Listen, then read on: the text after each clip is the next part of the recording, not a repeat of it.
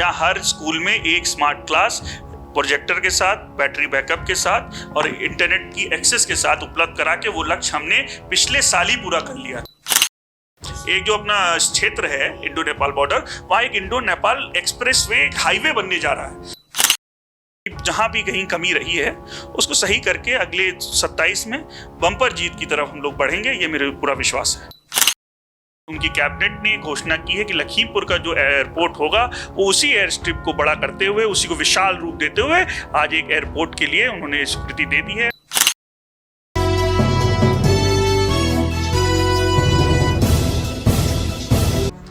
नमस्कार, मैं पीयूष मणि अवस्थी, आप देख रहे हैं इंडिया जंक्शन। इंडिया जंक्शन की खास मुलाकात में आज हमारे मेहमान हैं शशांक वर्मा। कौन है शशांक वर्मा, आपको बता देते हैं। दरअसल जनपद लखीमपुर खीरी की एक विधानसभा है जिसे हम निगासन कहते हैं, और निगासन से विधायक हैं शशांक वर्मा। सबसे बड़ी समस्या आज के समय में चल रही है कि बारिश जो सबसे बड़ी समस्या है, क्योंकि बारिश से पहले गर्मी थी, गर्मी से पहले ठंडक थी। समस्याएं तो रहती हैं, लेकिन बारिश एक सबसे बड़ी समस्या है, क्योंकि वहाँ पे नदियों का अभाव है, जिसकी वजह से निगासन विधानसभा में और पलिया विधानसभा में बारिश का सबसे बड़ा खेल शुरू हो जाता है। हमारे साथ मौजूद है शशांक वर्मा जी। हम इनसे विकास पे बात करेंगे, हम इनसे कई मुद्दों को लेकर बात करेंगे आज और आप तक पहुंचाएंगे। हम जानते हैं इनसे और जानने का प्रयास करते हैं कि निगासन विधानसभा में इनके कार्यकाल में, जब से ये विधायक बने हैं 19 में उपचुनाव जीतकर, और उसके बाद 22 में सबसे अधिक मतों से जनपद लखीमपुर खीरी का चुनाव जीते, लखीमपुर खीरी जनपद का निगासन विधानसभा चुनाव जीते। और अब इनके लिए, इनके दिमाग में ऐसा क्या चल रहा है कि निगासन विधानसभा को जनपद लखीमपुर खीरी ही नहीं, उत्तर प्रदेश में एक विधानसभा को नाम चमकाने का काम करें। बहुत बहुत नमस्कार, आपका स्वागत है हमारे चैनल। बहुत बहुत धन्यवाद भाई साहब। विधायक जी, हमारा एक सवाल आपसे है कि आप 19 से पहले आपके पिताजी स्वर्गीय राम कुमार वर्मा जी निगासन से विधायक बने। उससे पहले चूंकि कई बार वो 2 बार मिनिस्टर भी रहे और प्रदेश में उनका राजनीति में एक नाम था। 2018 में उनकी डेथ हो जाती है और 19 में आप उपचुनाव लड़ते हैं। उपचुनाव में आप जीत कर निगासन की जनता जिताकर आपको अपने घर ले आती है।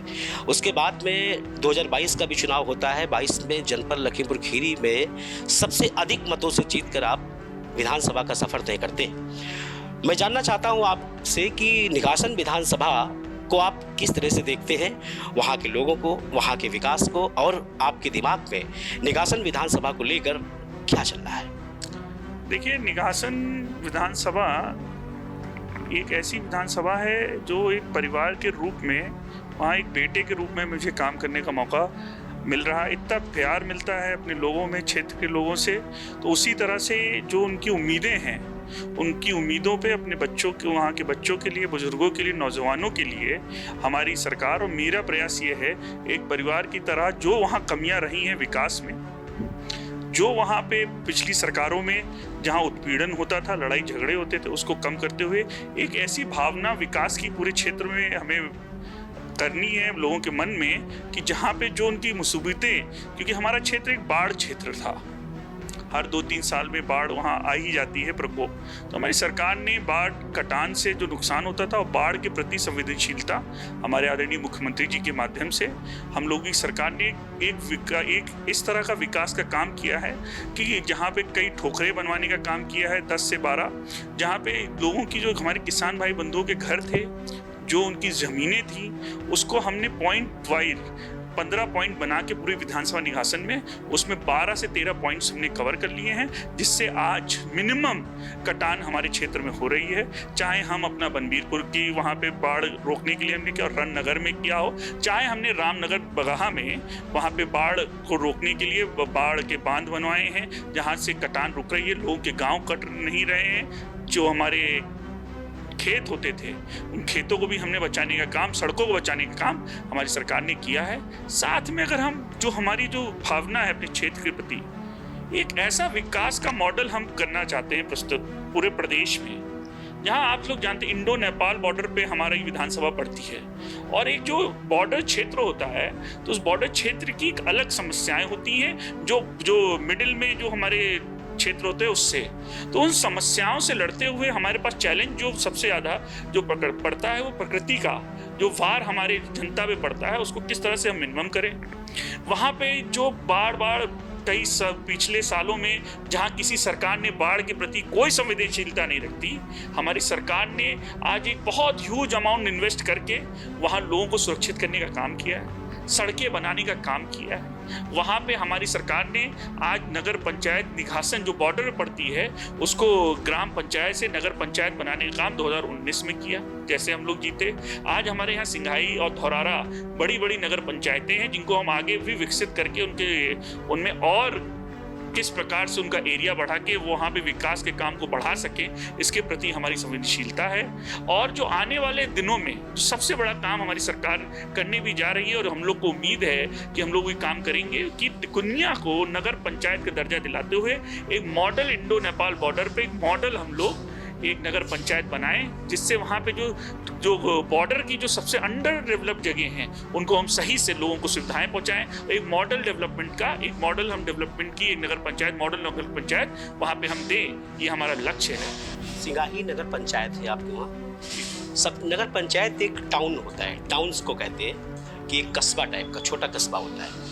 तो ऐसा नहीं लगता कि जहाँ पे कस्बा होता है वहाँ पे हर प्रकार के लोग रहते हैं? तो आपको ऐसा नहीं लगता है कि नगर पंचायत में कुछ और ज़्यादा होना चाहिए, अच्छा होना चाहिए?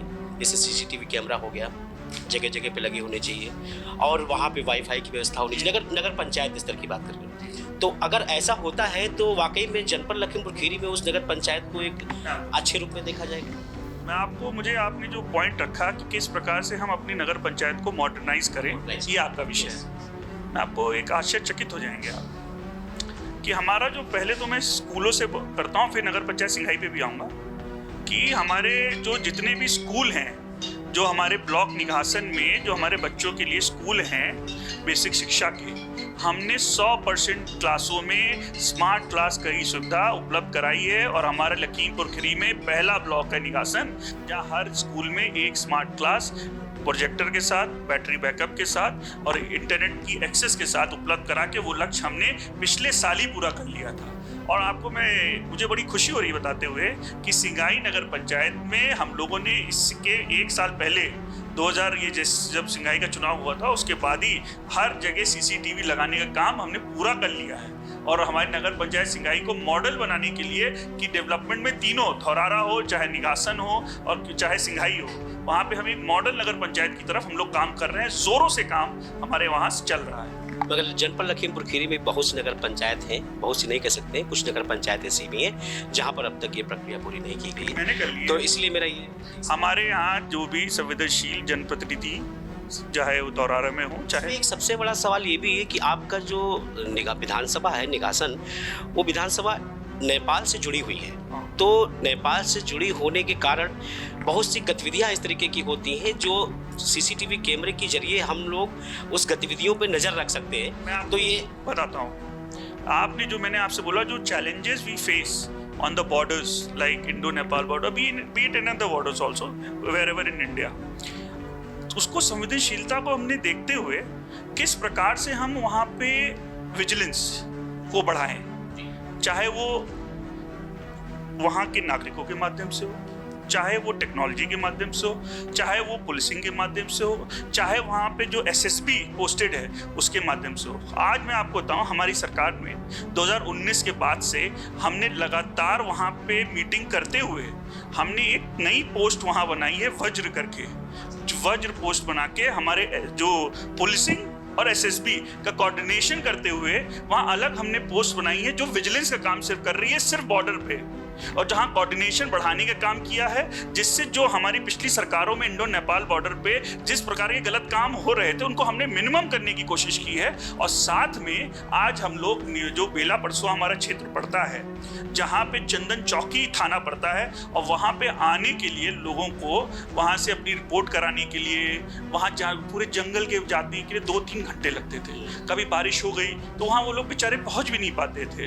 हम लोग आने वाले 1 महीने के अंदर ही वहाँ पे चौकी बनाने जा रहे हैं। मेरी एसपी साहब से बात हुई है और उन्होंने कहा है कि प्रक्रिया को आगे भी बढ़ा दिया है और वहाँ चौकी हम लोग बना देंगे। बेला परसों के लोगों को 3 घंटे चल के अपनी एफआईआर लिखाने या कोई भी क्राइम को रिपोर्ट करने या किसी भी क्राइम पे रिस्पॉन्स टाइम हम कम करने जा रहे हैं, उस संवेदनशीलता को बढ़ाने के लिए। 1995-96 में आपके पिताजी निघासन विधानसभा से विधायक थे, तब पलिया भी साथ जुड़ी हुई थी। अब तो पलिया अलग हो गई।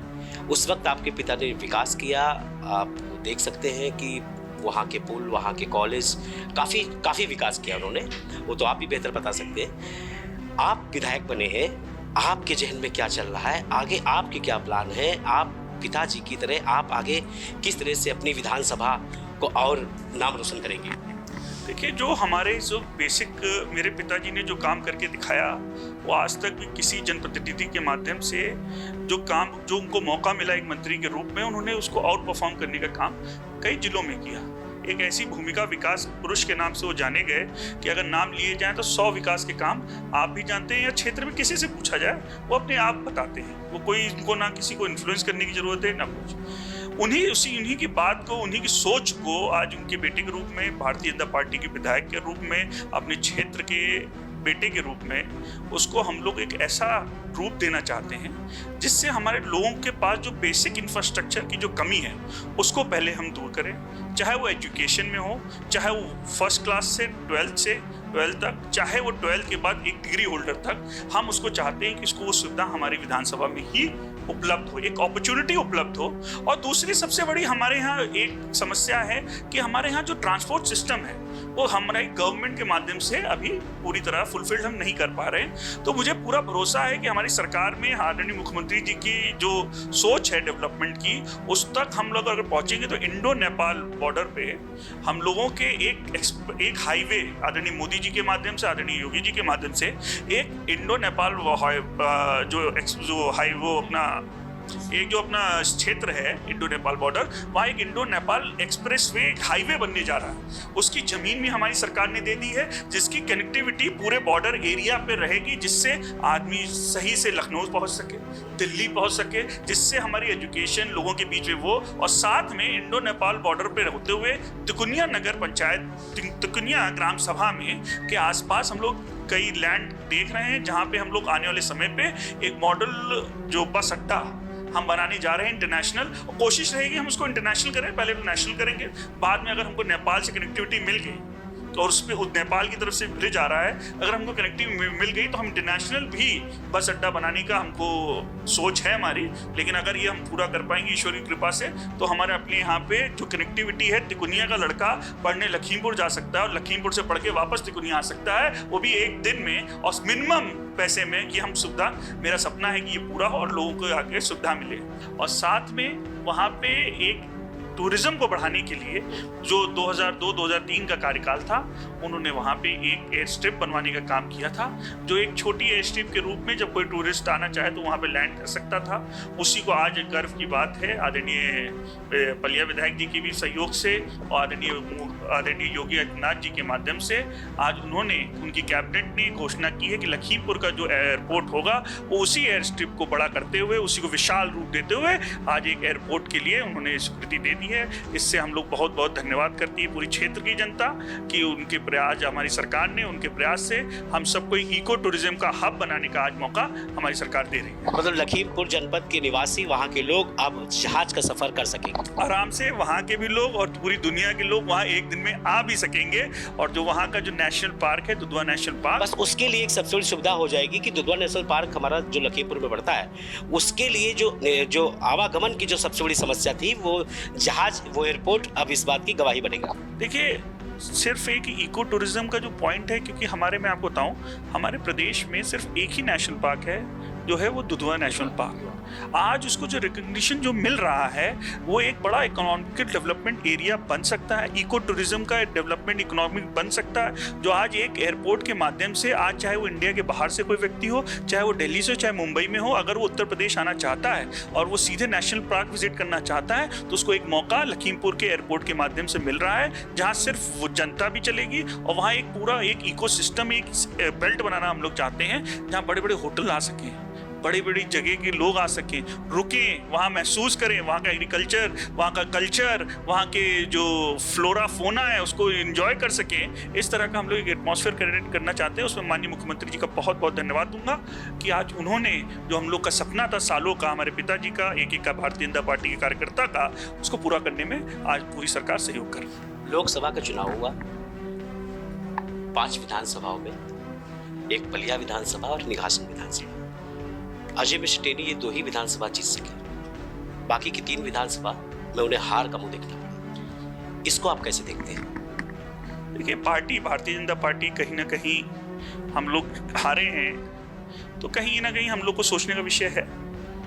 निगासन या बलिया या कोई विधानसभा हो, सब कार्यकर्ताओं ने मेहनत की और इस विषय पे हम लोग अपनी जहां भी कहीं कमी रही है उसको सही करके अगले 27 में बम्पर जीत की तरफ हम लोग बढ़ेंगे, ये मेरे पूरा विश्वास है। तो ये थे हमारे साथ निगासन विधायक शशांक वर्मा, जिन्होंने विकास, एजुकेशन, मतलब हर मुद्दे पे सटीक जवाब दिया और बताने का ये भी प्रयास किया कि आगे इनके जहन में क्या चल रहा है। निगासन विधानसभा के लिए, निगासन विधानसभा को प्रदेश स्तर तक एक नई ऊंचाई तक ले जाने में अभी इनकी क्या क्या भूमिका है, आप सब देख चुके हैं, जान चुके हैं।